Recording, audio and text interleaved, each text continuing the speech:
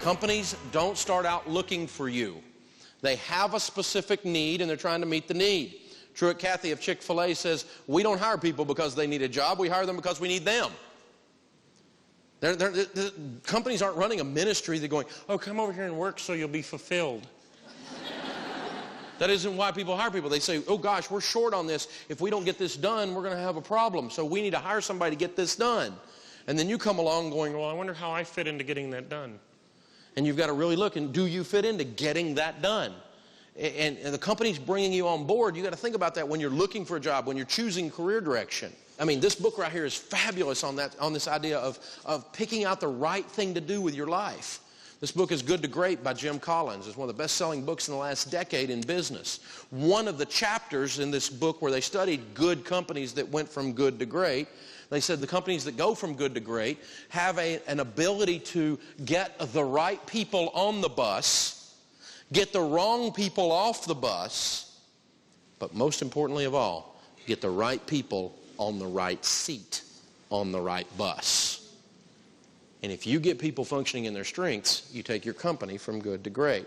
If you function in your strength, you get to be a part of taking your company from good to great. And your income will reflect that long term.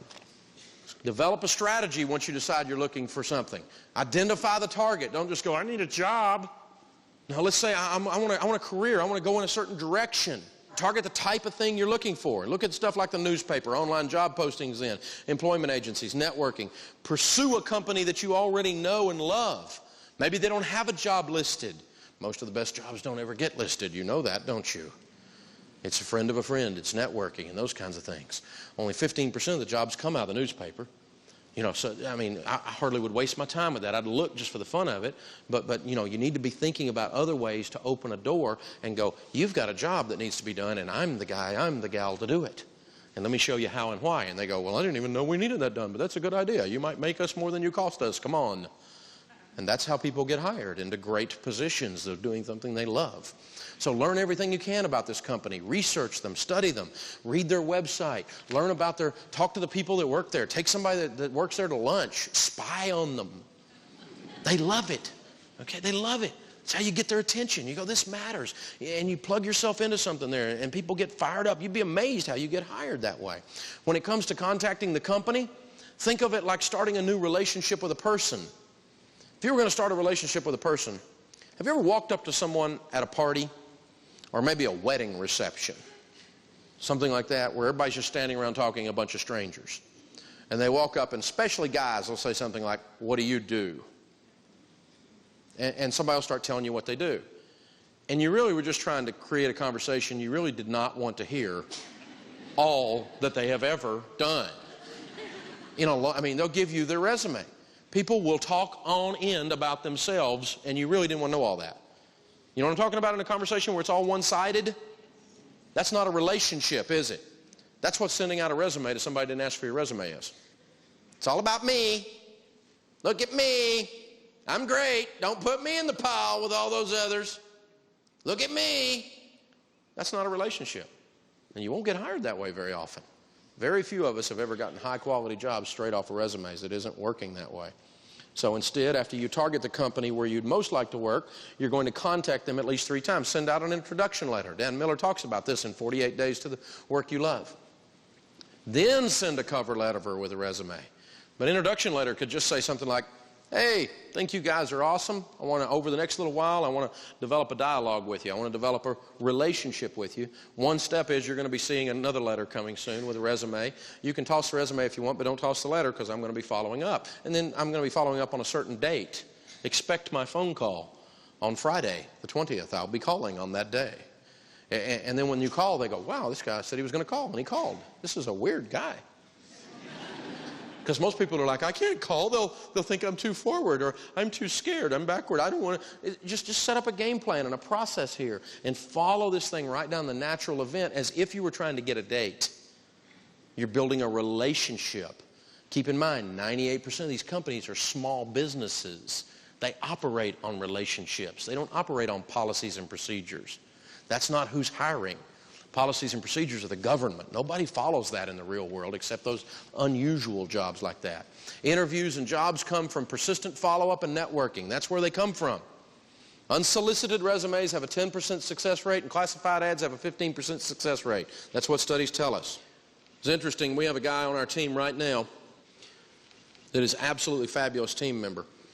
And he had crashed a business situation and really was kind of down on his luck a little bit. And he was working at one of the big box construction stores, like a Lowe's, a Home Depot type of a thing, right?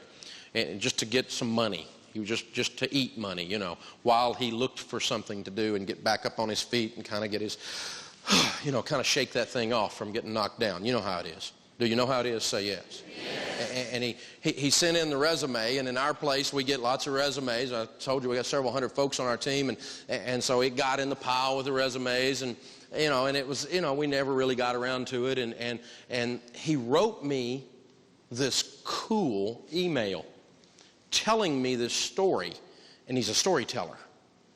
And he told me the story about two Dave Ramsey listeners and readers who came into the store. Both of them walked up to him at the same time talking about this piece of equipment laying in this construction area of the store, and it had opened, the box was open, and they both are trying to get a bargain on different parts of it, and they looked at each other and kind of high-fived and both went, Dave Ramsey. And he told the story better than I did. And I laughed when I read it. It was kind of cute. And he said, I couldn't resist because I'm a Dave Ramsey listener too. And I gave them both a deal. I went and got the manager and we gave them a deal. Because it was just cute. They both got what they wanted and the store got rid of the item, whatever it was, and this kind of thing. But the way he told the story, it was obvious he was a writer. It's obvious he's a storyteller. And in all the stuff we do around our organization, we tell stories because it's about people's lives.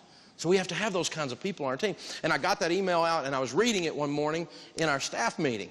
And I read that. I said, this is a cute story I got on email. I was just sharing it with our whole team one morning. And I finished it and I said, you know what? We need to hire that guy. And you know, we hired him by the end of the week. But his resume was already down in the stack. And we didn't even know it was there. It wasn't because we were trying to diss him. And he's on our team right now. Why? Because he used a different approach that showed his talents, connected with us in the way we think and have a philosophy inside of our organization. And boom, he got the job he wanted. Resumes, cover letters, interviews. What's most important? Lots of people will tell you it's the resume, but really, that's only a small part of job hunting. Your resume won't get you a job, but it will help you get an interview. So why do I need a cover letter then? Here's an example. Let's say you're reading online and find the perfect job. You have all the qualifications, except you're lacking experience in one area. Should you skip it and move on?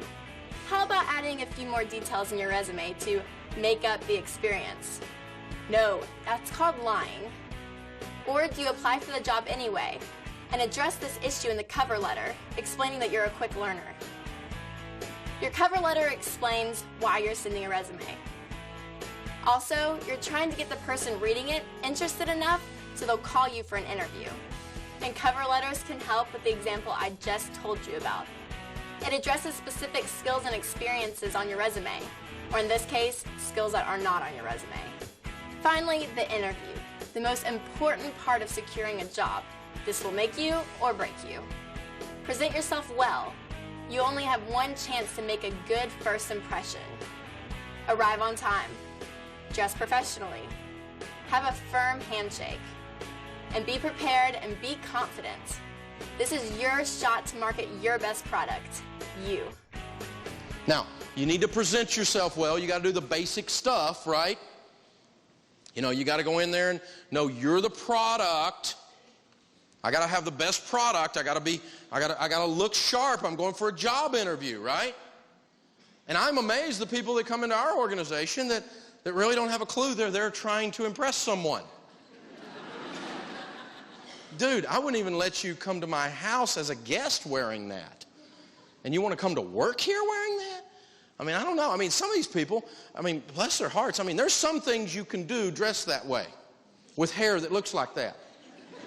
And there's some things you can, you know, it's okay to be in a punk rock band if it looks like you fell into a tackle box. You know? But, right?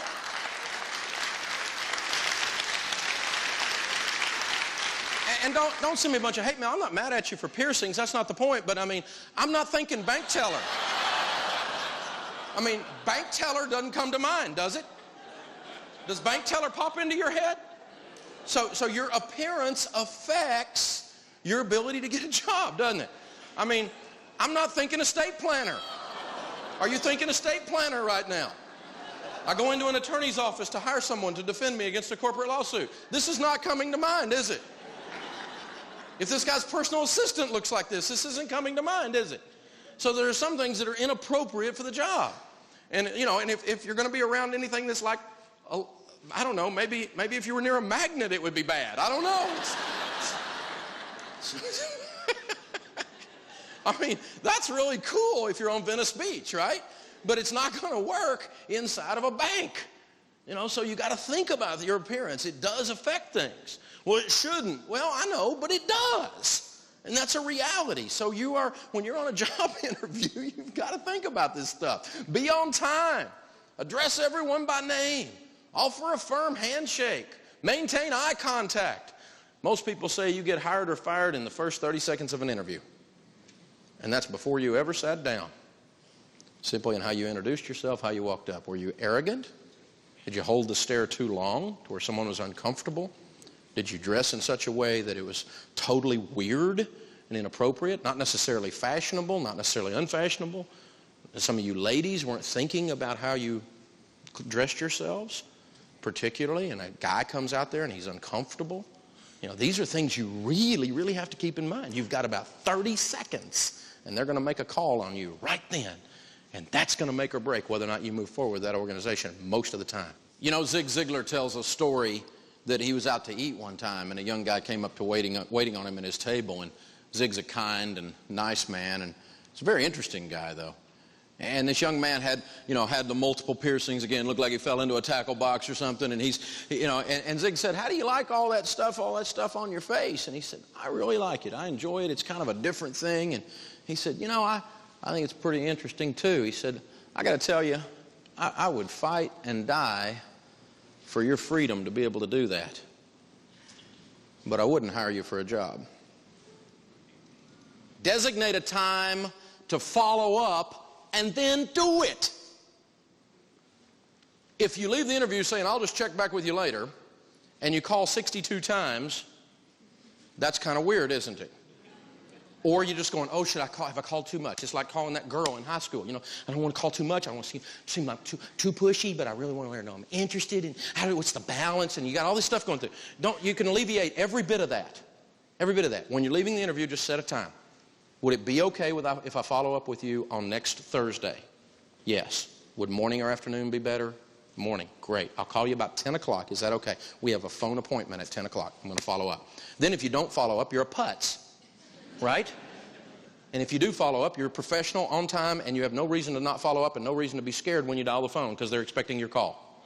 Set an appointment for the follow-up and take yourself right straight through.